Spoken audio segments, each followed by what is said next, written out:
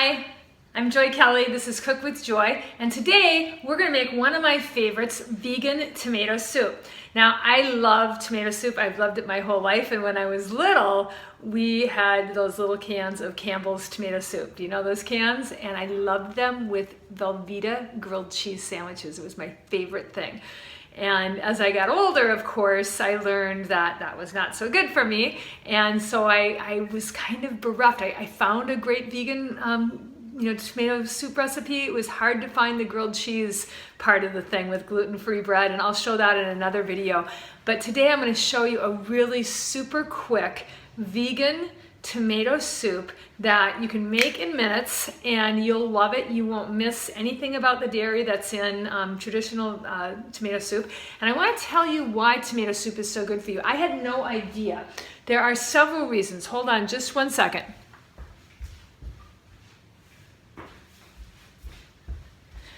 So I always knew that tomatoes were good for you because of the lycopene, and lycopene is really good for anything that's got red pigment in it. So watermelons, strawberries, tomatoes, they're really good for preventing sunburn. The lycopene, and if you want to think about it, you think about tomatoes, they're like getting heat on them all the time. So they've got naturally, they have these antioxidants in them that repel sunburn. So those are called lycopenes, and it helps for everyone to repel sunburn, but also helps men to prevent prostate cancer. It also helps with male fertility. It actually improves sperm health, which I thought was fascinating. Who knew? Improves bone health because of the vitamin K, calcium, and the lycopene. Heart health, of course, because of the vitamin C. Really helps with arterial protection. I already told you about the sunburn. Circulation because of the selenium that's in tomatoes. Mental health because of the copper and the potassium. Tissue protection and regeneration because of the vitamin C and vitamin A. Really helps with tissues and ligaments. Helps in weight loss, and that's mostly because of the fullness, and I find that true with any soup. The carotenoids are awesome for cancer prevention, and the chromium is really good. There's lots of chromium in tomatoes, and it's really good for helping with diabetes, preventing diabetes and helping manage diabetes if you have it.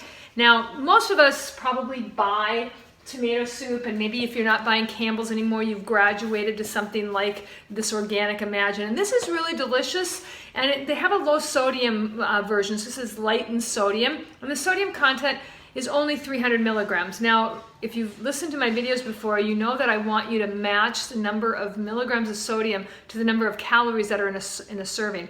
With soup, that is super, no pun intended, that's super hard to find. This has 80 calories in it and 300 milligrams, and this is considered low sodium. I'm going to show you another one of their non-low sodium. This is a sweet pea, and this has 590 milligrams for an 80 calorie serving of their soup. And if you buy like a traditional brand, I'm not going to name any names, but if you go to the grocery store and you pick up a traditional brand and you look at this nutrition facts label, you're going to see that many of them have over 1,000 milligrams of sodium. And keeping in mind that you're only supposed to have the number of calories that you're having a day. So if you're averaging 2,000 calories, that's 2,000 milligrams. And if you've got 1,000 milligrams coming from the sodium from the soup that you're eating, you're kind of screwed for the rest of the day. So you want to get really good at watching sodium content. The other reason that I like to make my own tomato soup, cost for one thing. This is a $4 container, and it says it has 4 servings in it, but it's only a cup, and really when I'm having some soup, I want more than a cup. So this maybe has 2 to 3 servings for me. So for $5, it's not that bad, but if I'm on a budget, I can make a whole pot of soup in this. I make a whole pot of soup, and you're going to watch me today how we make it with, just for pennies. So the other thing is that I get to control the nutrient content that's in the soup that I'm using. If I want to use fresh tomatoes off my garden, that's completely awesome. Hold on, I'll show you some. So we could use these. Look at how beautiful these are. My husband just picked these, and they're amazing, amazing, amazing, and I love them. But For ease, today we're gonna, because you have to stew them before you use them in a soup because we're gonna blend them up and get them really creamy. Now if I was making like a chunky soup, like this for instance, this came from Whole Foods. This is a pre-made soup. I wanted to show you this too, once again because of the sodium content, 450 milligrams of sodium. This little cup of soup was, I believe, $7. So there's probably 2 servings in here. It says there's 3 if you only have a cup, but for me this would probably be 2 servings. It's a garden vegetable soup. We'll make this in another video. But once again, being able to control how fresh the food is and being able to put in it what I actually want. So watch how quick this is. It's super quick. First, we're going to start out with a nice soup pot. And you always want to have a good heavy duty soup pot. I like this one. It's all clad.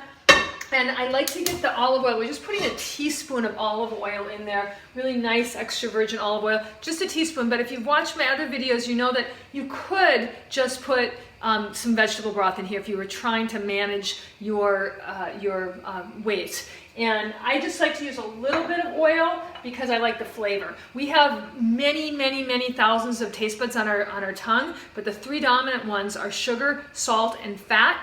And so if you can satisfy those 3, you can sneakily say, okay, I don't need any more fat. I don't need to eat a whole bag of potato chips because I got a little bit of fat. I got a teaspoon of oil in this entire pot. So we're gonna take a cup of chopped onion, and I have a little bit more than a cup because I like them. And remember, I've told you before about the quercetin that's in onion and how anti-inflammatory and how great for gut health using onion is. It's wonderful for a bunch of things. It's antiviral. Now you can hear that hissing because I got the oil hot first, and that's really important. And then we're gonna add, it says to add 1 clove of garlic, but I like garlic a lot. And Allison is which is a component of the garlic, is such a good antiviral that I sneak in a little bit more. I love the flavor, and there's so much good that onion and garlic do for you. So I'm putting that in. And I want to get that just sauteing a little bit. I want it to get soft, a little bit translucent. And I'm seeing that I probably want to add a little bit of veggie broth to it because it's going to get a little bit sticky before it gets translucent. So hold on 1 second. And I'm adding a little bit of veggie broth to this, carefully measuring as I do so, as you can see. And just letting that cook a little bit. I want to bring the heat down just a tinch. So one of the things that makes the vegan tomato soup creamy is that instead of using dairy in it, we're going to use cashews. You could use pine nuts, you could use almonds if you wanted to. There's a variety of things that you could use. You could even use cauliflower. We're going to use cashews today for a couple of reasons. I want to give it a little bit more substance. It's going to have some more calories in it. Cashews are fabulous for brain health, and I can always use all the help I can get with brain health. And they're also a very mild flavor, so they're not going to give it a distinct flavor like using walnuts or pine nuts or almonds would do. So as this is sauteing, we're going to take that. I've got a half a cup of cashews that has been soaking in a half a cup of filtered water. Really important, the filtered water. And I'm going to use my Vitamix. Now, can you guys see that? If you don't have a Vitamix, you want to soak this for a little bit longer. And it doesn't have to be a Vitamix. It could be a Ninja. It could be anything that's high powered. But we're just going to pour that right into the blender. And as my onions are sauteing, I'm going to just pour this really fast. And like I said, if you have a lower powered blender, you're going to want to soak the cashews for a little bit longer because we want to get them really, really, really creamy. So close your ears. Here it comes.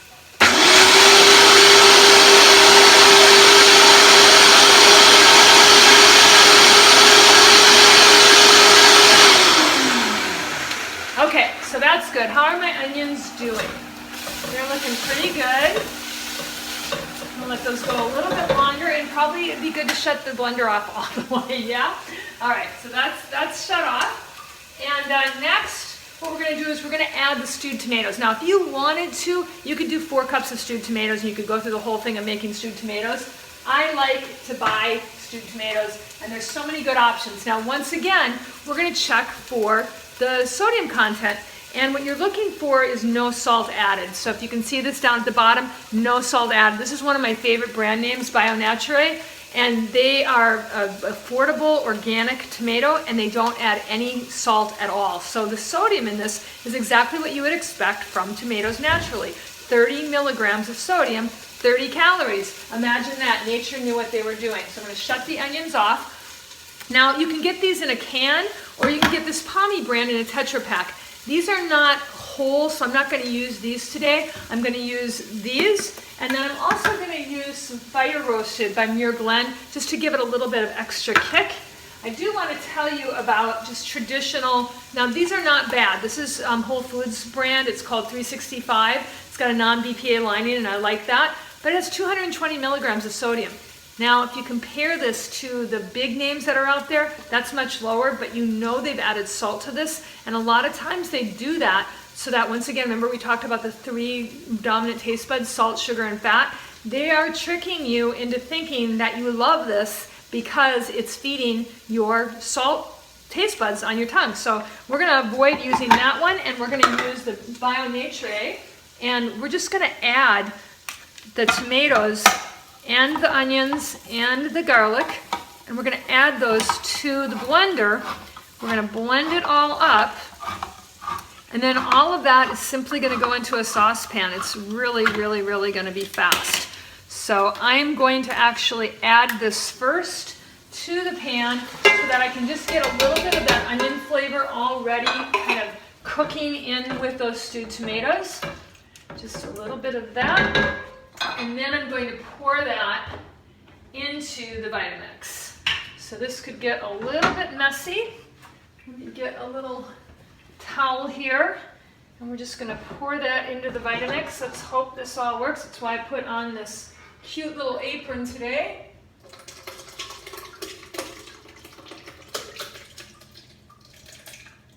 Ha!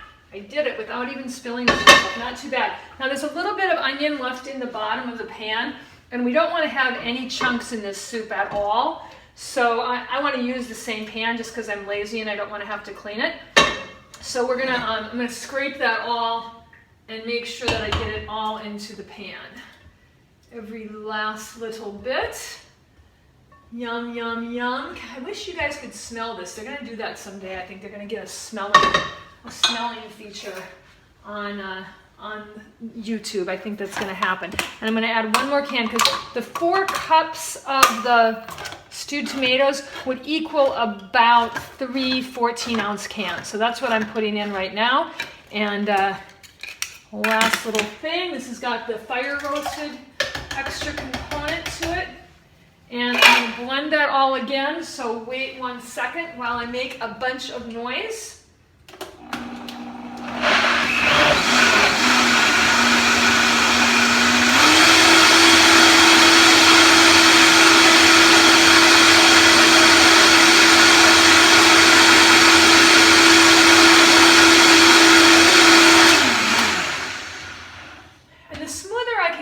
The better. So yeah, having a high-powered blender works. Also, if you have one of those blenders that you can stick in the pot, they work as well. I've never had as great of success with those, but they do work. So you can see how smooth and delicious. I just want to drink that. And I'm going to pour it back into the pan, and it's really thick.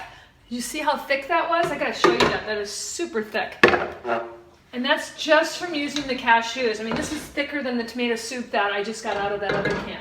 So we're going to turn that back on medium heat. And it says to add oil, but I don't think I'm going to add any more oil to it because it also asks for some coconut milk.